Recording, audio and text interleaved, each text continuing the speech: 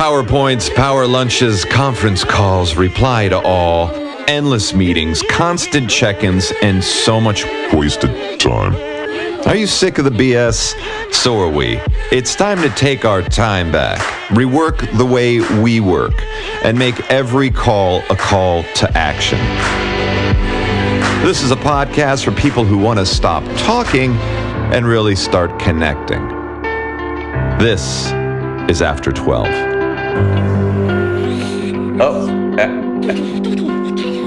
This is why I love working with this guy. Every day's a play day. What a nerd. Hey, and we're back. Ladies and gentlemen, welcome back to After 12. As always, I'm your host, Adam Voss, and with me is Josh Rush, my faithful life partner and co-host, Josh. An employer. Don't you forget it. Employer. As always, 12 for 12, and its podcast, After 12, is produced by Echelon Design. If you need anything, go to echelondesign.com. We'll get back to you when we can. We're on a podcast right now. Well, we're talking about one of my favorite things. Nice. Records. Nice. Yes, the record. It used to be the standard of all audio playback in the world. And now, the record is coming back. This is a sponsorship by Calexico, a great band on the border of Mexico and California.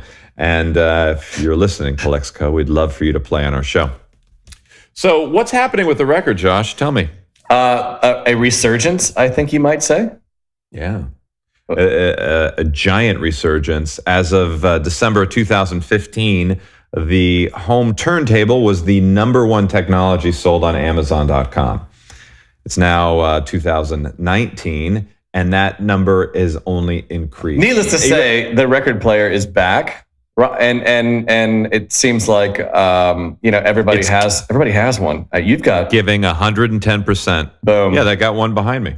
Boom. Yeah. Yeah. How is an antiquated technology like the vinyl record now one of the fastest growing musical formats in the world?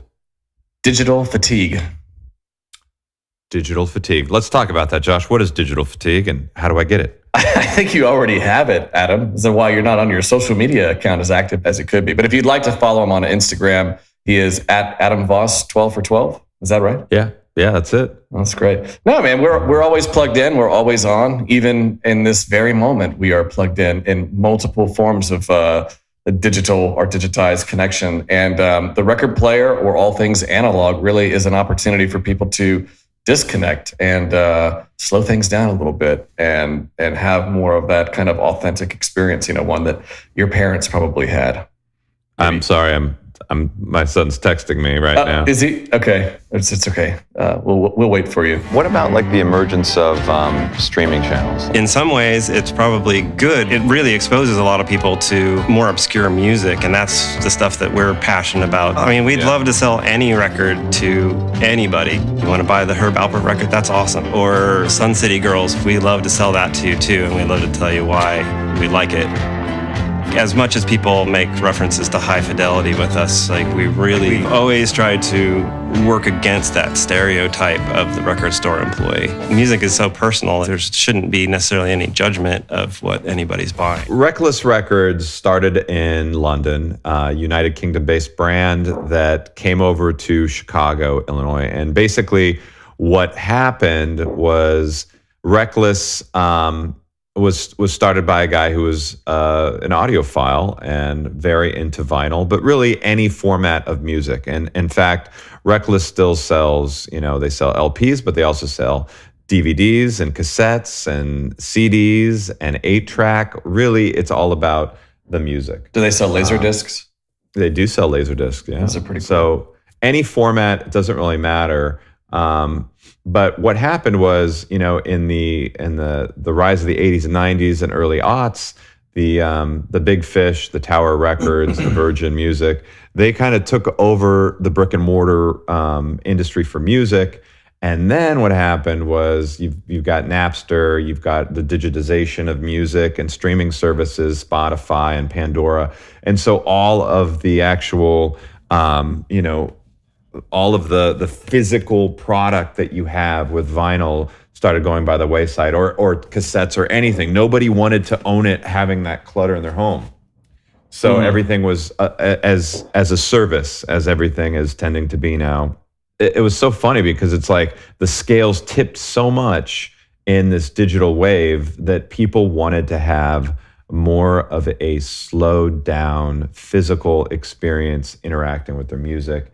And all of a sudden, like, vinyl started to take a huge shift. Now, for Reckless, it wasn't about the change, because they had always been in service to the music, whatever format it was on. Right. So, but for us in 2012, 2013, 2014, people are starting to play records. You go to people's houses. I think of Mark Salak, you know, he'd always had records, but all of a sudden more people are like taking his records out, putting them on the turntable and saying, oh, this is so cool. I now know how to interact with a record, when, you know, most late set Generation X and you know, millennials don't, you know, they didn't know how until now. And now it's the number one format. The music industry is always changing as far as what people want to buy, what media they want to buy it on.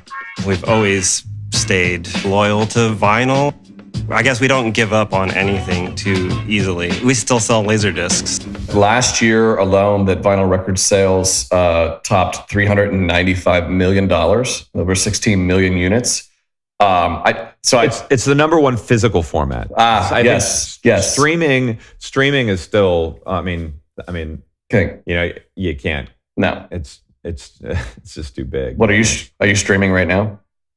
Yeah, I just, there's little streams of anticipation running down my inseam. I mean, that's what I'm streaming. I've never heard you say that. No, it's the first time I've ever said that. But streaming is, you know, of course, it's convenient, it's international, it's immediate, it's high res, it's high volume. But the record is intimate. It's grainy. It's analog. It's imperfect. Well, and it's physical. It's on display, right? I mean, it becomes like a bookshelf, you know, in your home when somebody comes over and you're having, you know, a get together or what have you. I mean, it is, you know, sort of showing your wares, right? I mean, it's like my personality reflected with the record set on my shelf, and you've got some real gems there right now. Let's see a few of those. And it's art. You know, you've got Johnny Cash's Greatest Hits Volume 1, and you see the art and you see the liner notes, and you know, you could look inside and see really just a blank slip. But you know, the point is, there's so much more to the physical product. It's big. They've been commercializing the, you know, vinyl frames to frame on the wall. But I mean, it's a physical passion you can jump onto. And, you know, when we think about digital, especially as marketers, digital has really transformed the way in which we work, obviously the way in which we live our lives, and the way we spend our time outside of work. But because it's so, you know, pretty much so much, it's always on. Again, always on, always connected. This idea that you can disconnect and grab a record from your shelf. I mean, really, the key with Reckless Records is, I mean, Tower, Virgin, they all collapsed under the guise that they could not contain the volume of product in store with a streaming world out in the digital space. So they just kept doing what they did, and all of the other record stores just went away. One by one went away. And that's what I mean. This episode and the feature of this episode and this idea of analog and a return to analog, and why, you know, why the record player, why pinball, certain pinball is doing so well, why my kids like to play with slime for hours and hours upon end is the reality. Why analog watches are back. Yeah, I mean, big time. And I guess why certain companies have either survived and now are thriving. I mean, I know we're going to talk a little bit about Stern in this episode as well, but I mean, let's not forget Stern was on the verge of collapse before it wasn't, you know, and the number one game sold on Amazon is a card game. Yeah. Cards Against Humanity. I mean, we talked about that in our last episode. People want to see you again. They want to be there again. They want to have a physical experience with the product that they love. But there's staying power, and the idea that what's old is new and what's new is old. And when we think about Reckless and their ability to survive, I mean, when they could have just as easily gone under, or Stern Pinball, for example, was really on the verge of going under, and now they're the only ones left. Not because they tried to get in and do what iTunes was doing or do what Spotify is doing. They just stayed true to themselves. The competition kind of fell away. And because of this shift, right, and the fact that we are so desperately seeking more analog physical experiences, these guys, have really succeeded because of it. The game's about a ball, 1.1/16 in diameter, 80 grams, chrome, steel, and flippers. No different than any other game. Easy to learn, hard to master. It's physical, it's visceral. My randomness is a function of gravity. It's not a numbers generator. Everybody's got virtual here, virtual on their desktop. The visceral is what's made us currently popular. When you have a physical album, when you have an experience with a physical album, and this is Tom York's latest album, Tomorrow's Modern Boxes, you not only have a great sonic album, but you actually have a physically crafted album that, look at this. Yeah, it's beautiful. It's beautiful, and it's a piece of artwork on top of being a piece of music. Right. And I think people respect the craftsmanship that goes into tailoring the way this thing looks and feels and sounds. But at least for now they do. I mean, for a while they didn't, and the convenience factor was the most important thing. But now that we have pretty much everything that we could ever want or need, we have returned to truly the things that make us really connect with the product. And in this case, it is that physical, tangible thing. I think about, coming over to your house, or you say going over to Mark's, we've had a lot of hangouts where it's like just being able to peruse or browse and see someone's collection, is an experience into itself. You really talk to any purveyor of music, and they don't, I mean, yeah, they may have a preference. They'd rather listen to their 45 than listen to their MP3, but they're not ditching digital in lieu of a record. They're listening to all forms, and I think that's the thing is appreciating the art wherever it's channeled. And with Reckless, again, they'll sell anything. Yeah, they'll sell anything. And I think that idea of don't ditch digital. While there is a return to analog, and it's a return to physical, like we shouldn't be viewing like physical and digital as separate, right? These two things need to be thought of as really one thing, right? Yeah, I mean, don't hold your breath, because there's going to be another format that's going to come out in the next X amount of years. How do you, as a marketer today, really embrace this idea of, fusing digital and physical experiences around your product, around your services, around your offerings? You offer both simultaneously. So what Tom York did, and what most musicians are now doing, is they're offering a MP3 download with every album sold. And I think that also allows you to extend and have a social media presence. This has all the information for me to connect digitally with the artist, right? With how to get the album, and in this case, once you purchase an LP, you get the digital copy for free.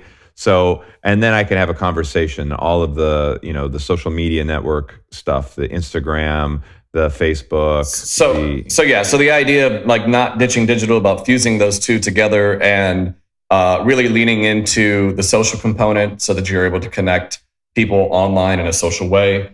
I think I really think, I mean, and music is, by nature of the way that iTunes and these streaming services work, it is, set up for sharing. It's set up for social. These are easy lessons learned. How do everyday marketers, start to shape or try and take, best practices from and apply them to their own marketing. What makes Reckless different? We have a lot of employees, and they're all contributing their own enthusiasms to either writing descriptions for records or just talking to customers. It's pretty simple again. It's think of the experience you would like to have with the brand that you are a fan of. So, I mean, and in this case, it's not just a brand, it's a technology. So if you're a fan of vinyl, think about why you like that, because typically it is a 20 to 25 minute period of time where you're putting a record on, you're physically putting the needle on the record, and you're sitting and listening to it. You can't jump up and down, or the thing will bounce, it'll jump. To me, it's more of that, like getting back to the process of listening. And when you specifically set the needle on the thing and not just play like, Echo, play all songs, or Siri, play all songs, it's more specific, it's more deliberate, and it's about that experience. I would say experience is key to driving how people buy, how people listen, how people operate or interact with anything. I love playing pinball because it is like a video game, but social. No matter when you play, whether you're in a tournament or not, you're going to meet new people. I feel like it's different every time I play, but maybe not. I love the mechanical analog feel, the physical nature of it. You actually feel like a better connection with the game that you're playing.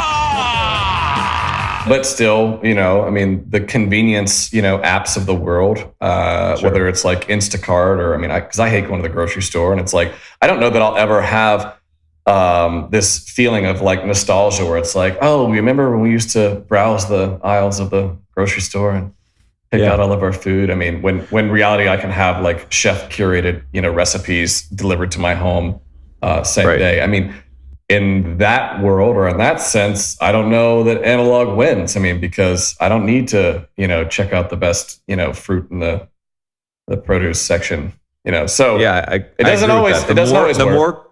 The more convenience you have, I think just endemically, the less connection you'll have.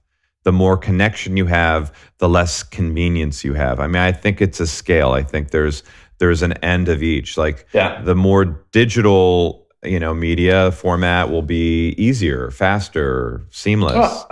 And and honestly, that's why I think, trade shows are so effective for marketing as well. It's one of these. Well, it's one of these vehicles, that people have predicted for years is going to go away, that it'll all just be digital. And, you just can't replace, that physical, tactile, interaction with people, with a product at a space that gets you out from your office or out of your, from behind your desk, and you have a chance to go out and meet with the people that you do business with every day. You cannot replace that digitally. No, I was kidding when I said there you go, but no, you're absolutely right. Like if you have a one day, it's an annuity. Every year you're going to have that one day where you all get together and you can all see, oh, there's Fred from Arizona and he's a client of the, you have a purpose to have a face-to-face. Yeah. There's nothing that's going to replace the face-to-face. The really, truly. No, or the opportunity to physically, interact with the thing or understand how the software works and, in real application. You can do a demo or you can, order something or see it or whatever, but online, it's never going to replace that kind of hands-on, that hands-on experience. And again, I think that's why Stern, Pinball has done so well. That's why Reckless Records and just the record player in general, and that whole experience is doing so well, is because, we're over inundated with the digital options. We've got plenty of them. It is a little bit of a treasure hunt of like coming to a record store. That's to me the beauty of a record store, is finding some new thing that you didn't know that you wanted and needed. That little burst of serotonin or whatever it is in your brain that you get from finding something like that is kind of what keeps all of us involved. Inevitably, eventually, the past becomes prologue. It's just a moment in time that continues to oscillate. And my, last week hanging out with the kids, playing a puzzle, doing something physical, that connection that you get is irreplaceable. So listening to vinyl is a great option if you have the time, but I can't take this on the airplane. I can't put this on my mobile phonograph, in my car. Right. And if I could, I don't know if I'd want to. You know what I mean? It's like, it's cumbersome, it's bulky. This whole shelf behind me is about to fall down by the weight of 100 albums behind me.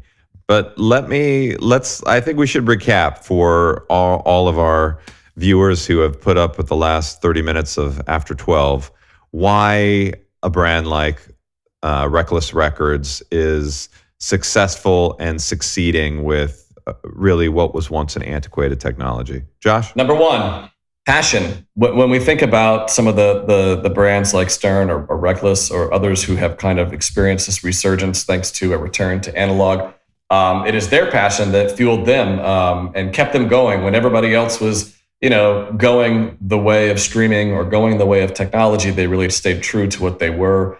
And it's paying off, and it has paid off in a big way. Exactly. Secondly, craftsmanship is key. Creating something that is beautiful and bespoke and identifies with the artistry behind the product.